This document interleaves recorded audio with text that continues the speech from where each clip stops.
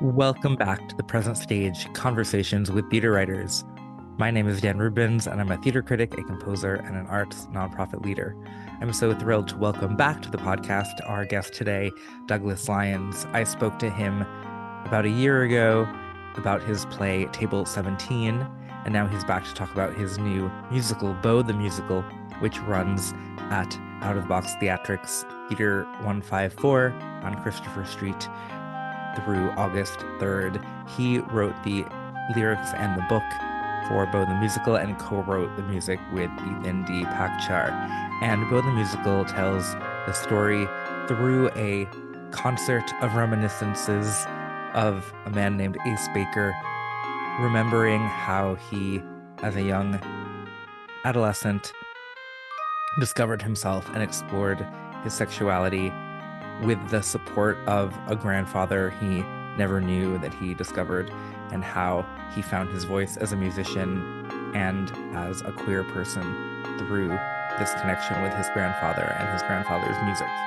And if you've heard this podcast, you know that I love talking about what's known as diegesis, which is in musical theater specifically the use of music that exists within the world of the show. And there's so much in Beau the Musical that is focused on how music impacts character and shapes plot and story, where the characters themselves are musicians and are using their songs and music to transform their own lives and the lives of others. So that's the kind of work with music within shows that I am particularly fascinated by, and I was really thrilled to get to talk to Douglas Lyons about that sort of structural element of the piece, as well as all of the thematic work that he's done here and how it connects and contrasts to the previous plays of his I've seen, which include not only Table 17, but also Chicken and Biscuits on Broadway. So hope you enjoy this conversation with Douglas Lyons. And without further ado, here's the interview. Douglas Lyons, welcome back to the Present Stage. Thank you for having me. Yeah, I had a blast talking to you last summer about Table 17. And you seem to be a summer after summer off-Broadway sensation these days. And I'm excited to speak to you about Beau the Musical, which you conceived, wrote the book, music, and lyrics for, collaborated on the music with Ethan Pakchar, and I saw it last night. So excited to Oh, you process it did? with you. Yeah. Awesome. So I wanted to start, since I basically just left the theater 15 hours ago, by asking you sort of about the response to the show and sort of how it surprised you and what it's been like. I know it's been a long process of building this show and sort of what it's been like finally bringing it to New York audiences. For sure. I mean, I am encouraged. So the mission of the show, and I say this in every interview, is like I did rent the national tour at 19. I saw the final dress rehearsal of Once when I was in Book of Mormon. And I was so inspired by what these actor musicians accomplished on stage that I always wanted to create something that felt like Rent, but Once. Um, and then had a baby, and that baby was queer. And that's what Beau is sort of proven to be. And so, what's inspiring to me is watching. We've had two sets of people come 5 times already, and a mother daughter who came 9 times to see Wow. the show. And I think the power of theater is investigating why that happens. And my aim as an artist is to write things that resonate with people so deeply that they need to see it time and time again. And so uh, the audience response has been really inspiring because I sort of see writing theater as like a spiritual practice as well. And so that it's connecting with people and moving them. I mean, I popped in to the very end of the show yesterday because we had some alumni who had done the show previous, seeing it for the first time on the outside of it. And I could hear audible tears for the last like 7 minutes. I could just hear people sniffling. And I'm like, in 2025, with where the world is, to create something that moves people emotionally is not a small feat. And so I celebrate the work that these artists are doing and sort of what is happening in that room. Yeah, I'd love to dig into those um, for parents of the show in terms of rent and wants, and both.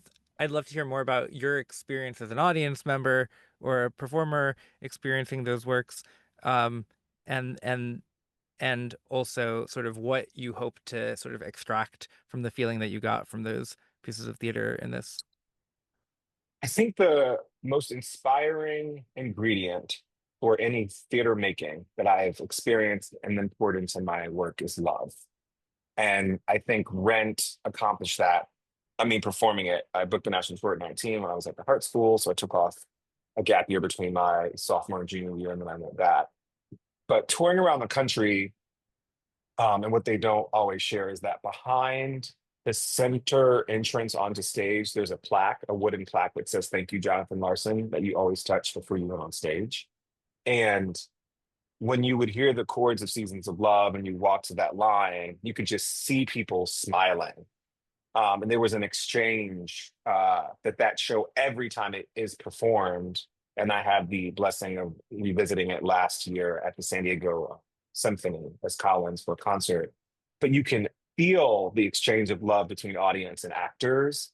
And so I've always aimed to create something that had that electricity. It's why I got into the theater. I grew up in the church and very much like the church, the theater parallels it, that there's a congregation being the audience and the pulpit to the stage.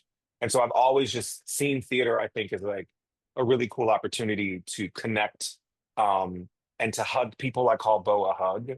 And so, yeah, the main ingredient is love. I think is it RuPaul that says everybody say love? Like that. It really, there's a reason even that show connects with people is that Yeah. Ru pours a lot of love into it. Um, so yeah, the combination of once, which is a different kind of love, it's the love of music and how music inspires love between people, were heavily influential on what Vogue came to be. And in conceiving this story, it's interesting. My last interview was with the creators of The Curious Case of Benjamin Button on the West End, which I saw last month.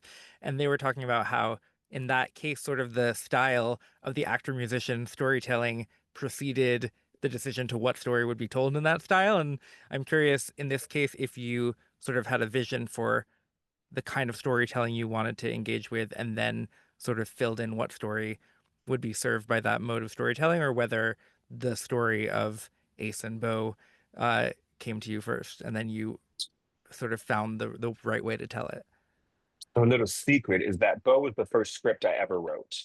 Bo precedes Chicken and Biscuits and Table 17. It was my first time writing a book. I was very afraid to write book because I did not want to embarrass myself. I did not want to be bad at it, and I was terrified. Um, so the director's company gave me a residency in 2017 that basically birthed both Bo and Chicken and Biscuits.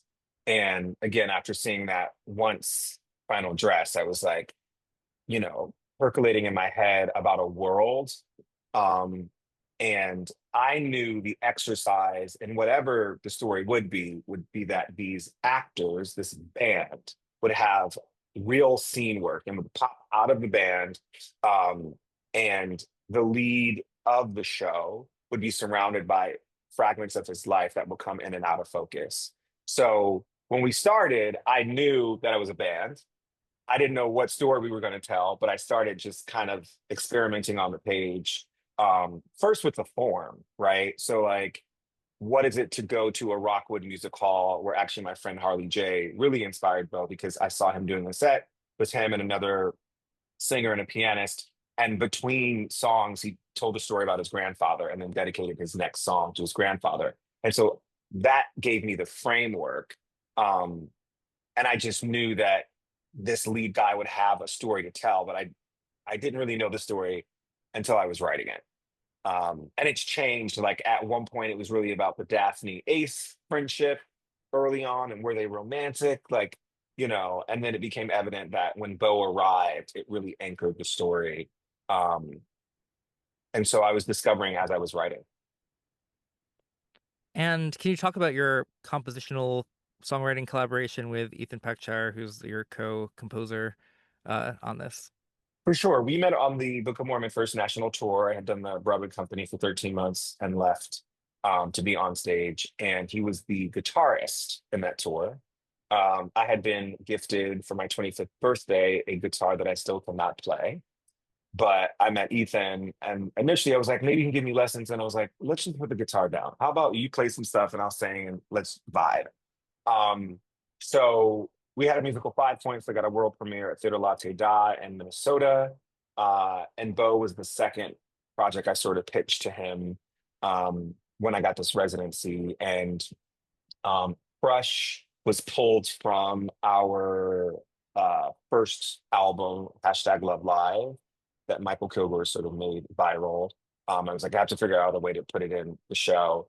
But the parameters that we sort of broke is like we set the show in Nashville and that country music scene, but then peppered in all these different other genres of pop and gospel and blues, because music is that vast, right? And you can have fun with it. The first reading we had, Running, Coming Home, and Disappear were not in the show. So that's what I mean about like the show revealing itself on paper. Um, but once we had that first reading, it became very evident that we had something that like moved people.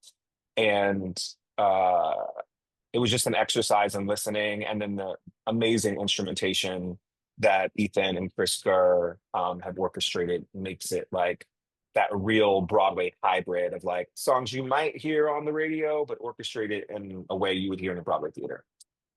And I was listening this morning to the recording that you released in 2019, I think, um, after your that production at the Adirondack Theater Festival, Yes. which has sort of multiple actors playing the same role. So you have like three or four or five different aces, or for those songs.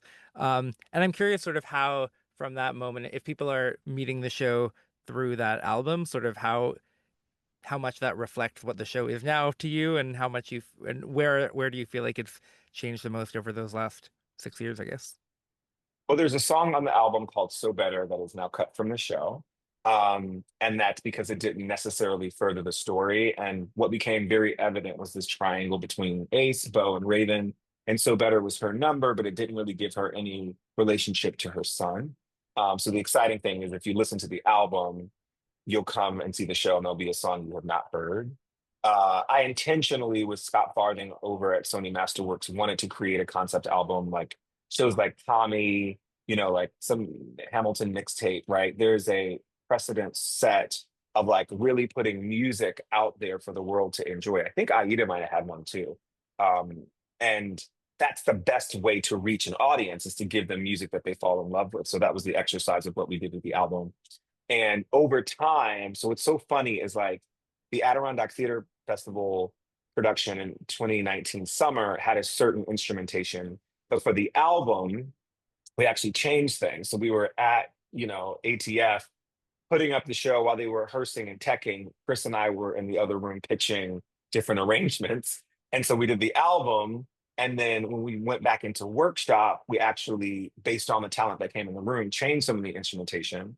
So now in this production, Miyuki Miyagi, who's this incredible violinist, we actually made the parts harder because for the first time Hmm. we had somebody who could like blow us all away in a way that we weren't prepared. So Yeah. the cool thing about the band and the sound is that it keeps sort of changing.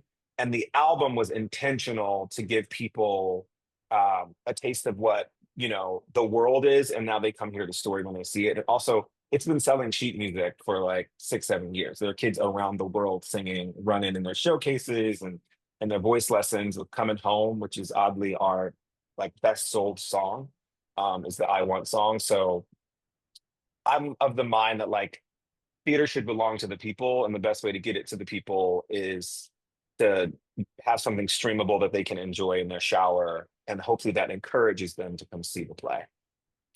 I'm curious, especially after listening to the album and looking at the script and the cast breakdown, it says that for every role, it says can be played by every ethnicity. Um, Oh and yeah. and I'm curious, especially since when we talked about Table 17 and Seeing Chicken and Biscuits, those are really culturally specific works. Why you felt like this story was best served by having that kind of sort of flexibility, or I don't know if universality is the right word in terms of how it could be staged and cast and imagined. Well, I want it to be a universal story that belongs to everyone because whether you have a relationship with them or not, you have a mother, a father, a grandparent. Like that's just, the DNA tree. And I wanted it to be a show that found really remarkable artists based on their merit, not based on their type. And so the really cool in the history of the show, we've had an African American actress play Karina at ATF at the Lincoln Center concert. We had an African American Larry. We've had multiple races in and out of every track for the most part. And it's exciting because if you write a really good story, it should work regardless to who's telling it. Now we can get culturally specific. Like, yes, I want to see an all black production of Beau done in Atlanta with a black grandfather and his grandson. Like that's gonna hit differently. And also, I don't want the world to be locked in. There's been conversation that it's a predominantly white cast, and I'm like, it's actually not. We actually have like three Asian cast members. And so also breaking open this idea that theater to identify itself by what you see. And I think the beauty of Beau is you will be moved by what you hear. And that arrangement of actors can be any configuration based on their talent to be in the band. Because when you're making a band, you're not like, well, where are you from? It's like, can you Yeah, shred? Can you right. sing? And I want to build theater that way. And this was an opportunity to do so. I was really excited by the ways that the show is about music. For listeners of the podcast, people will know that one of my greatest obsessions in talking about musical theater is about characters being conscious of the music that they're making and how the role that song and music plays within the stories of musicals. And I'm curious sort of how early on you knew that the sort of show within a show sort of concept of this taking place sort of within a concert that Beau was delivering. I mean, you talked about sort of having seen something that sort of you like saw that model in, um, but how intensely did that sort of inform the structure of the show as you kind of built the story?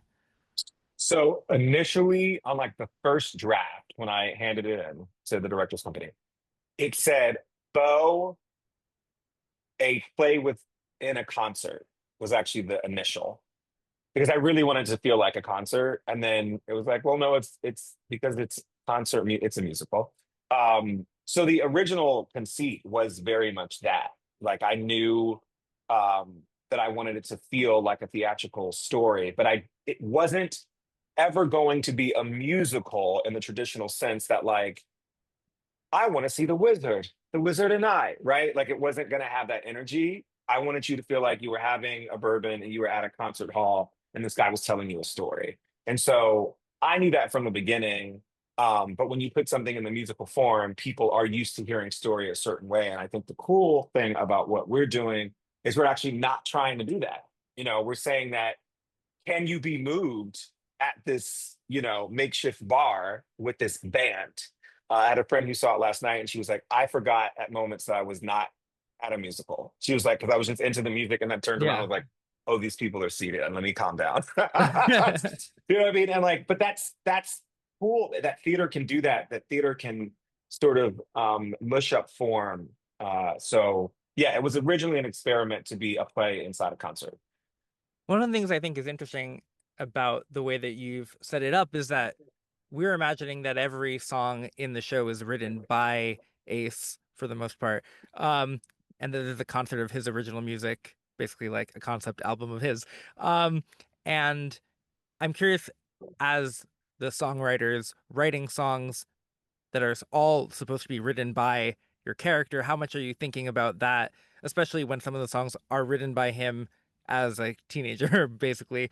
Um, so you sort of are tracking the development of his songwriting, but you're also you writing songs for the characters to perform.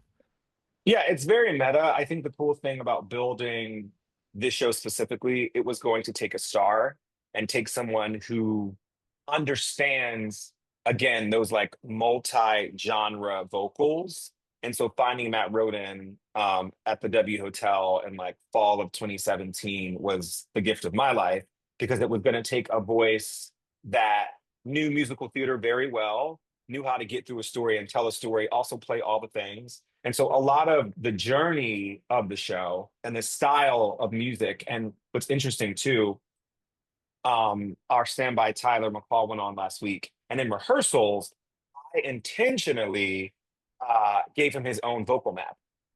So he's not stepping to the mic and doing Matt's version of Ace because he can't do it, right? Like I want him to do his version of Ace that Matt can't do. And so the specificity of, building these songs was like, what is the landscape of the vocalist that you're working with? And then also, how can you be malleable with that to make it feel authentic? And that again goes down to the instrumentation where we change parts based on the band that we have.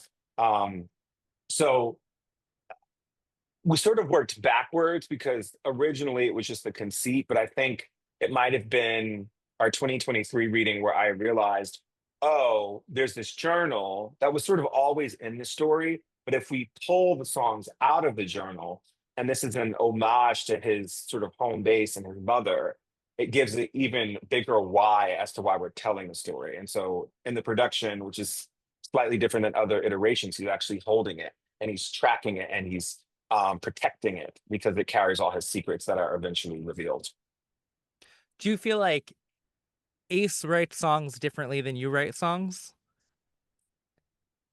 I wrote the songs with Ethan that Ace sings. Yeah. I understand what you're saying. And we Yeah. weren't like, Ace would write it this way. Yeah. No, yeah. Yeah. Ace is a vehicle for how we write music. And it's an opportunity in the theater for it not to have to fit into the box that musicals typically, are Yeah. expected to land. I think again, I always say experiment. Like I didn't set out to be a writer. I don't have my BFA is in musical theater performance. So I've always felt a bit of like an outsider in that I'm not writing musical theater in the form that people are used to receiving it. That doesn't mean it shouldn't be done. Um, so the form of a concert and an album made it feel like, well, this isn't a musical. We told you it wasn't a musical from the get Yeah. out. So it will use musical theater storytelling, but the pill is going to swallow differently. Yeah. Um, and I think it's really interesting how the the way that the guitar and sort of what the guitar unlocks for both Ace and his grandfather Beau in terms of Mm, what's sung and what's not sung in terms of the parallels between that and sort of what's shared and unshared about their each of their queerness is really interesting.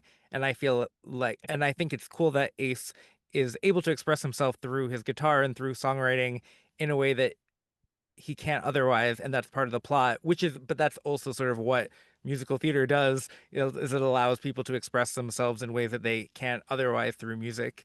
um and I'm curious how you thought about the Ace and Beau relationship in terms of the guitar and the music and the singing, which sort of very cleanly tracks throughout the show as their relationship evolves.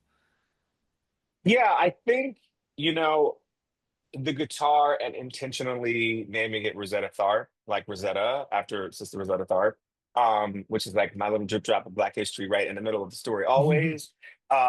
It's about lineage. My grandmother, my mother's mother, made every grandchild she had a specific quilt. Mine was red. By the time I got older, it had like patches and stuff missing. But the analogy of that within the story is like Beau leaves behind and gifts, his grandson music. It is his form of love, right? Going back to the word love.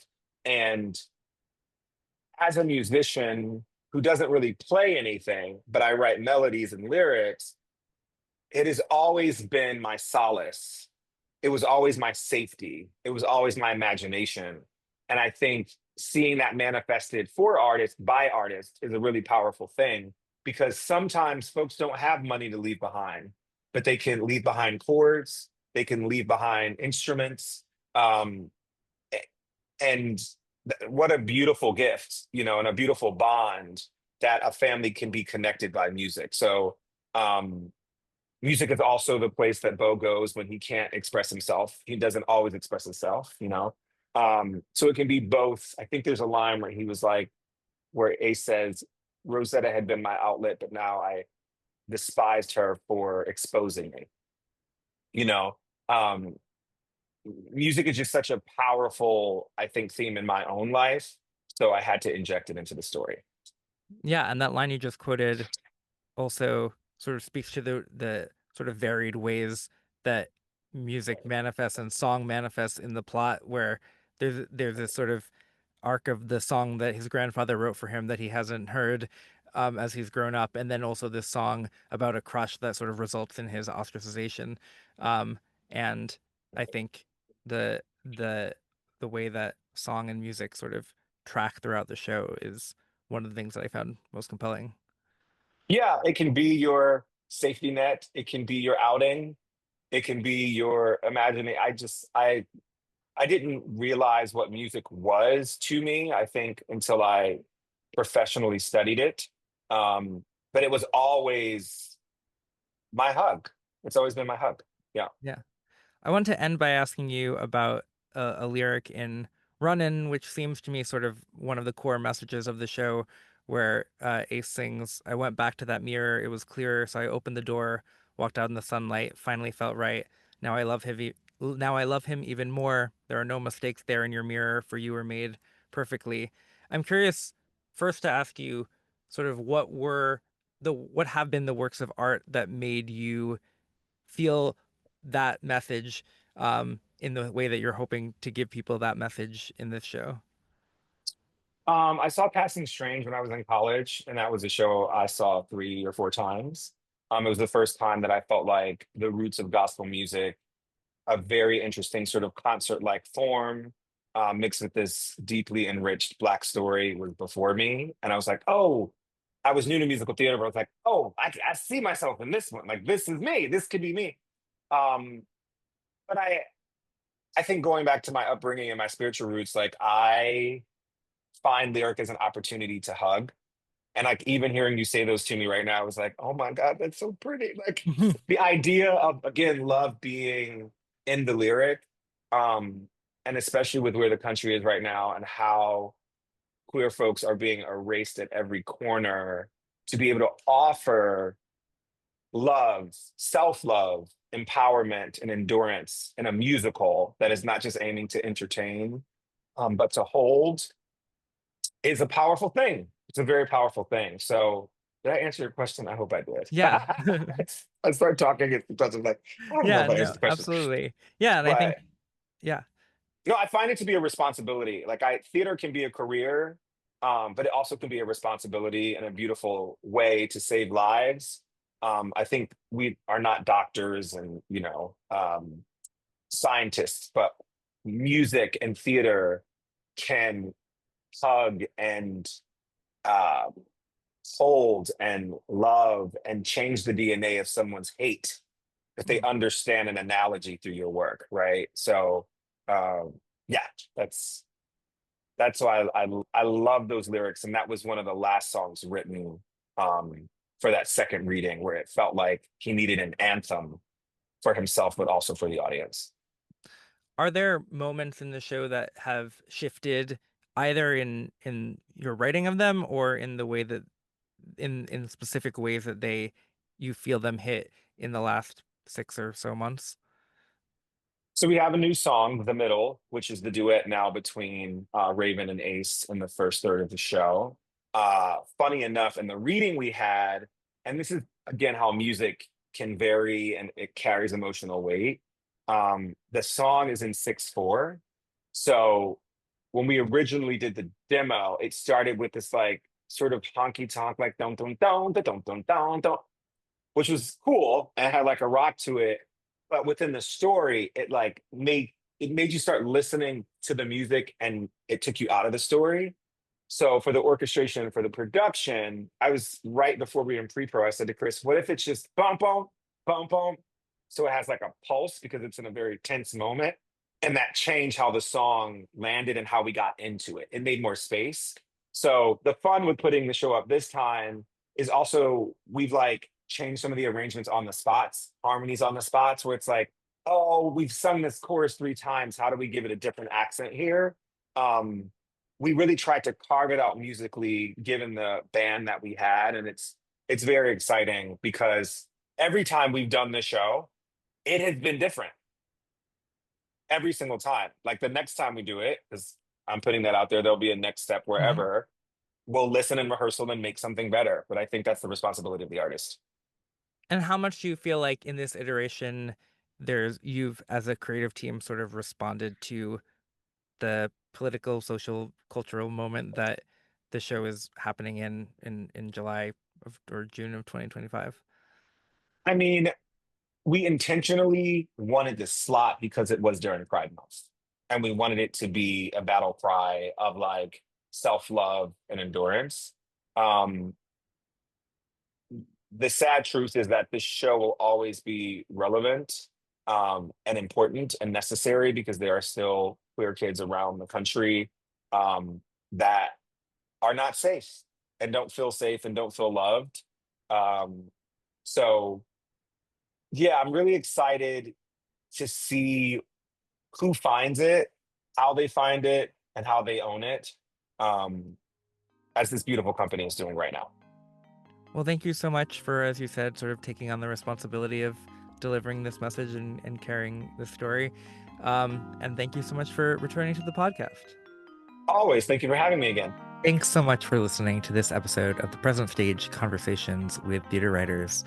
We've been taking a little bit of a hiatus this summer, but we'll be back soon with a conversation all the way from London with the writers and composers of The Curious Case of Benjamin Button, this year's Olivier Award-winning Best New Musical.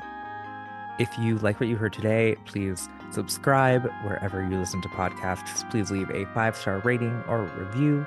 You can follow us at The Present Stage on Instagram.